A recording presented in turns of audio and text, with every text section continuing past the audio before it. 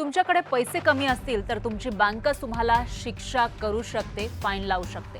Bank खात्यामध्ये कमी पैसे असणाऱ्यांकडून भारतामधील बँकांनी जवळपास 26,000 कोटी रुपये वसूल केले। 2023 ते 2026 या 3 आर्थिक वर्षांमध्ये बँकांनी ही कमाई केलेली आहे। 26,000 कोटी रुपयांची कमाई केलेली आहे, तीही फक्त मिनिमम बॅलन्समधून। ज्यांच्या खात्यामध्ये पैसे कमी आहेत त्यांच्याकडून ही वसुली करण्यात आली आहे। म्हणजे तुमच्याकडे पुरेसे पैसे नाहीत आणि त्याच कारणासाठी तुमच्या खात्यामधून आणखी पैसे कापले जातात। यालाच मिनिमम बॅलन्स पेनल्टी असं म्हणतात। आणि सर्वात धक्कादायक गोष्ट म्हणजे या छोट्या छोट्या दंडामधून भारतीय बँकांनी काही वर्षांमध्ये हजारो कोटी रुपयांची कमाई केलेली आहे। पण ज्या मिनिमम बॅलन्सच्या नावाखाली तुमचे पैसे कापले जातात, तो मिनिमम बॅलन्स म्हणजे नेमकं काय आपण समजून घेऊयात। समजा तुमच्या बचत खात्यासाठी बँकेने 10,000 रुपये मिनिमम ॲव्हरेज बॅलन्स ठेवण्याची अट घातलेली आहे। म्हणजे तुमच्या सेव्हिंग अकाउंटमध्ये कमीत कमी 10,000 रुपये इतके असायला पाहिजे अशी अट आहे। महिन्याच्या सुरुवातीला तुमच्या खात्यामध्ये समजा 10,000 रुपये होते, पण घर खर्च गेला, त्याच्यानंतर EMI गेला, मग फी किंवा इतर खर्चामुळे शिल्लक राहिले फक्त 2,000 रुपये। म्हणजे तुमच्या अकाउंटमध्ये जे 10,000 रुपये होते ते खर्च झाले आणि त्याच्यानंतर महिनाभराच्या शेवटपर्यंत ती अमाऊंट झाली फक्त 2,000 रुपये इतकी।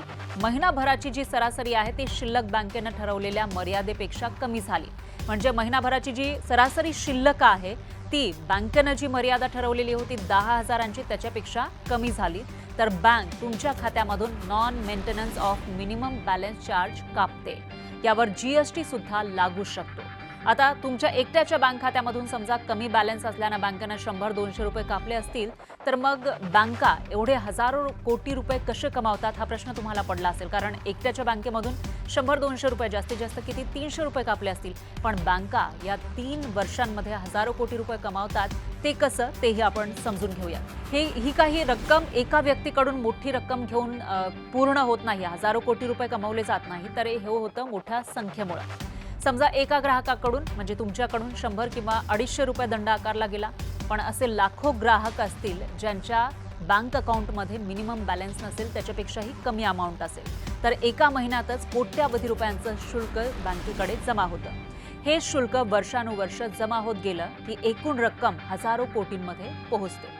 म्हणूनच मिनिमम बॅलन्स चार्जेस हा अनेक बँकांच्या फी बेस्ड इन्कमचा महत्त्वाचा भाग असतो। बँकांचं यावर म्हणणं आहे की प्रत्येक खातं चालवण्यासाठी खर्च होतो, खर्च लागतो। त्याच्यामध्ये शाखा असतील, कर्मचारी असतील, ATM नेटवर्क आहे, मोबाईल आहे, इंटरनेट बँकिंग, सायबर सुरक्षा, व्यवहार प्रक्रिया यासाठी मोठा खर्च येतो। तसंच ग्राहक बँकेच्या खात्यामध्ये जे पैसे ठेवतात त्याच ठेवींवर आधारित बँका इतरांना कर्ज देत असतात। जर खात्यांमध्ये सतत कमी शिल्लक राहिली किंवा कमी बॅलन्स राहिला तर बँकांकडे उपलब्ध ठेवी सुद्धा कमी होतात। म्हणून मिनिमम बॅलन्स हा नियम आवश्यक असल्याचं बँकांचं म्हणणं आहे।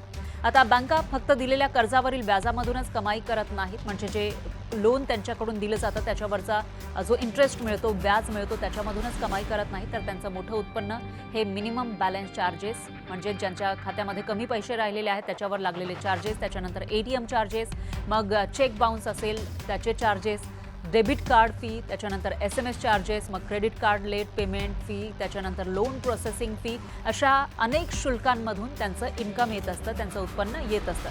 म्हणजे छोटे छोटे चार्ज पण एकत्र आले की मोठा महसूल बँकेला मिळतो। त्यामुळेच मिनिमम बॅलन्ससाठी पैसे कापण्यावरून बँकांवर टीका सुद्धा होते। कारण हा दंड बहुतेक वेळा अशा लोकांकडून वसूल केला जातो ज्यांच्या खात्यामध्ये आधीच पैसे कमी असतात। आता जो व्यक्ती आधीच आर्थिक अडचणीमध्ये आहे त्या व्यक्तीकडून दंड आकारणं किंवा त्याला दंड करणं हे योग्य आहे का असा प्रश्न ग्राहक संघटनांकडून विचारला जातो। हा प्रश्न अनेकदा संसदेमध्ये सुद्धा उपस्थित झालाय आणि याच पार्श्वभूमीवर काही बँकांनी बेसिक सेव्हिंग अकाउंट आणि जनधन खात्यांमध्ये मिनिमम बॅलन्सची अट ठेवलेली नाही। तरी सुद्धा मिडल क्लास माणसाच्या सेव्हिंग अकाउंटसाठी मिनिमम बॅलन्ससाठी जो शुल्क आकारला जातो त्यावरून हे शुल्क नेमकं किती असायला पाहिजे हा प्रश्न वारंवार विचारला जातो। कारण ज्याच्या खात्यामध्ये पैसेच कमी आहेत त्याच्याकडून दंड घेणं हा योग्य आर्थिक नियम आहे का, की त्यासाठी अधिक संतुलित व्यवस्था असायला हवी? याविषयी तुमचं मत नेमकं काय आहे? मिनिमम बॅलन्स पेनल्टी आवश्यक आहे की ती रद्द करायला हवी? कमेंटमध्ये नक्की सांगा।